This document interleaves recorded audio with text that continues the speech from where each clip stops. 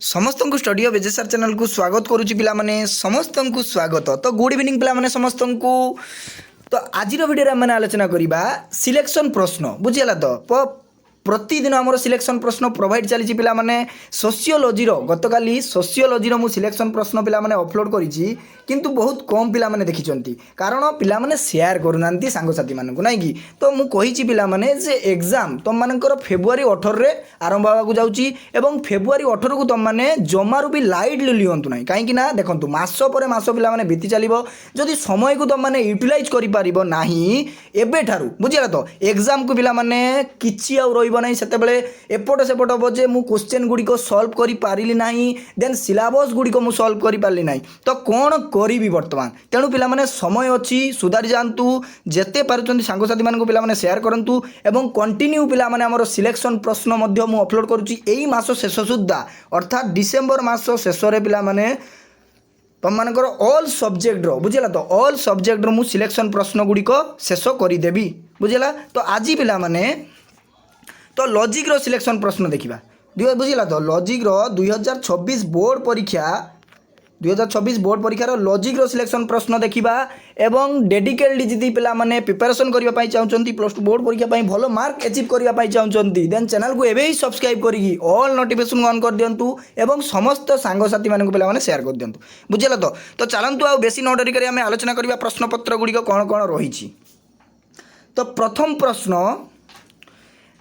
गांधीजी को अहिंसा नीति वर्णना कर पिलाने बहुत इंपोर्टाट प्रश्न ए वर्ष आसबार पिलाने गांधीजी जो अहिंसा मंत्र देते किए रे ना महात्मा गांधी तांको उपरे पिलाने अहिंसा मंत्र उपरे तुम मैंने डेस्क्राइब कर बुझीगला। तो वर्णना कर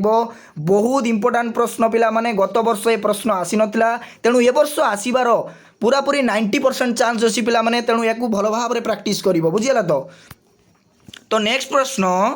वैज्ञानिक व्याख्या क्या कहुए जो साइंटिफिक प्रणाली पिलाने रही बुझीगला। तो साइंटिफिक प्रणाली क्या कहुए यार लक्षण पिलाने यार फीचर बा लक्षण तुम मैंने कौन कर ना डेस्क्राइब कर बहुत इंपोर्टाट प्रश्न पिलाने पिलाने पचारे बारंबार जे सर एगुड़ी 100% आसो। तो देखो पिलाने मुझे तुम मैंने कहवा कथा कहूँ तुम मान भविष्य सहित मुझे कहीं खेलवाई चाहिए बुझीगला। तो से पिलाने 5 वर्षर प्रश्नपत्र को एनालिसिस करी देन 3-4 बहीर नमूना प्रश्नपत्र को तर्जमा एवं विश्लेषण करी पिलाने तुम मानी सिलेक्शन प्रश्न रेडी होती यही कथाटा मुझे तुमको बारंबार कहूँ। तेणु आत्मविश्वास रखु निज पर विश्वास रखु देन पढ़ी चलतु बुझीगला। तो नेक्स्ट प्रश्न निष्काम कर्म विषय रे वर्णना कर पिलाने बहुत इंपोर्टाट प्रश्न। निष्काम कर्म पिलाने तुम मैंने जानिथिबो जे भगवत गीता गोटे एमिति एक गीता पिलाने जो थे कि कर्म उपरे बहुत किसी वर्णना रही बुझीगला। तो सकर्म कौन निष्काम कर्म कौन तेणु एगुड़िक पढ़ो पिलाने ता मध्यरु तुम मानक मु देइछि निष्काम कर्म बुझीगला। तो निष्काम कर्म विषय रे वर्णना कर। तो पिलाने कमेंट कले जे सर जोग्राफी आणंतु देखंतु जोग्राफी पिलाने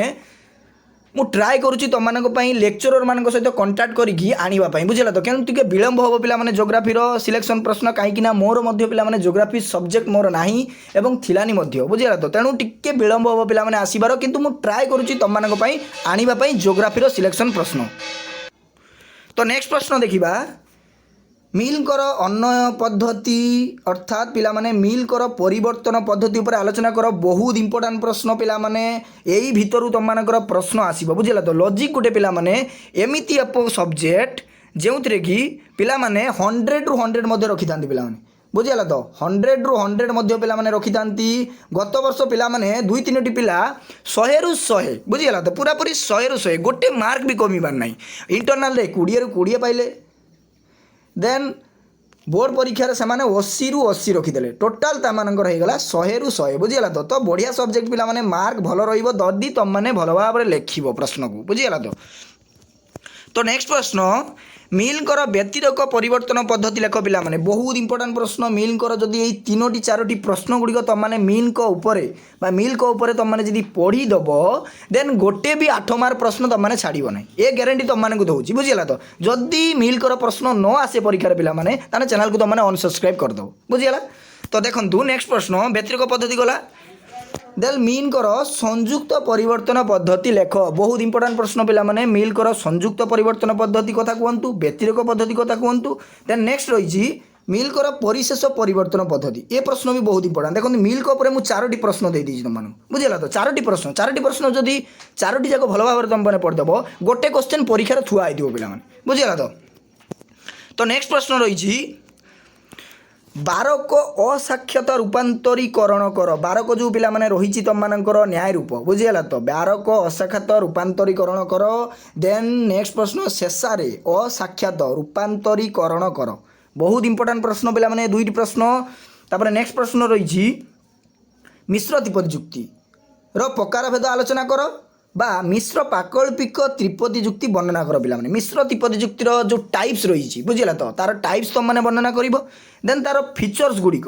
ডেসক্রাইব করিব বুঝিলা তো বৈশিষ্ট্য কোন রয়েছে মিশ্র পাকল্পিক ত্রিপদী যুক্তি মিশ্র ত্রিপদী যুক্তি এই 2টি প্রশ্ন বহুত ইম্পর্টান্ট পিলাମାନେ তো একু ভালো ভাবে প্র্যাকটিস করিব হ্যাঁ তোমাকে আউ গোটে কথা পিলাମାନେ କିଛି ୟୁଟ୍ୟୁବ୍ ଚ୍ୟାନେଲ୍ ଅଛନ୍ତି ପିଲାମାନେ ବର୍ତ୍ତମାନ ସେମାନେ କ'ଣ କରୁଛନ୍ତି ନା ସିଲେକ୍ସନ୍ ପ୍ରଶ୍ନ 3 ମାର୍କ ମଧ୍ୟ ଦେଉଛନ୍ତି ବୁଝିଲା ତ ତୁମମାନେ କହିଦେବା ପାଇଁ ଚାହୁଁଛି ଯେ ସିଲେକ୍ସନ୍ ପ୍ରଶ୍ନରେ ଓନ୍ଲି ତୁମମାନେ ଦୌଡ଼ ନାହିଁ ବୁଝିଲା ତ ଓନ୍ଲି ସିଲେକ୍ସନ୍ ପ୍ରଶ୍ନକୁ କେବେ ବି ଦେଖ ନାହିଁ କାହିଁକି ନା ସିଲେକ୍ସନ୍ ପ୍ରଶ୍ନ ପିଲାମାନେ ଅନଏକ୍ସପେକ୍ଟେଡ୍ ବୁଝିଗଲା ତ ଆଶାହୀନ ସେଗୁଡ଼ା ରହିବ ଆଶା ବିହୀନ କାହିଁକି ନା ଆସିପାରେ ନ ଆସିପାରେ ବୁଝିଗଲା ତ କିଛି କିଛି ୟୁଟ୍ୟୁବର ଅଛନ୍ତି ବର୍ତ୍ତମାନ ସେମାନେ ସିଲେକ୍ସନ୍ ପ୍ରଶ୍ନ ପ୍ରେଜେଣ୍ଟ କରୁଛନ୍ତି କିଛି MCQ ପ୍ରଶ୍ନ ପ୍ରାକ୍ଟିସ୍ କରାଉନାହାନ୍ତି ପିଲାମାନଙ୍କୁ କିଛି ମାରାଥନ୍ ମଧ୍ୟ ପ୍ରାକ୍ଟିସ୍ କରାଉନାହାନ୍ତି ଓନ୍ଲି ସେମାନେ 3 mark 2 mark long question selection ପ୍ରଶ୍ନ ଦେଉଛନ୍ତି ଦେଖନ୍ତୁ ପିଲାମାନେ ସେଇଭଳି ଭ୍ରାନ୍ତ ଧାରଣାରୁ ବା ଭ୍ରାନ୍ତ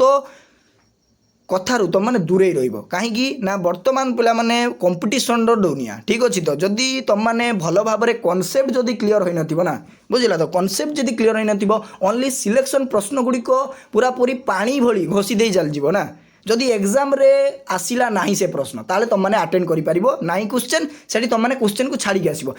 जो पिला कनसेप्ट बुझी ठीक अच्छे कनसेप्ट बुझी ता और जो प्रश्न आसी से कनसेप्ट बुझी ता और से प्रश्नटी आसी से डिस्क्राइब करके लेखिक आसो तेणु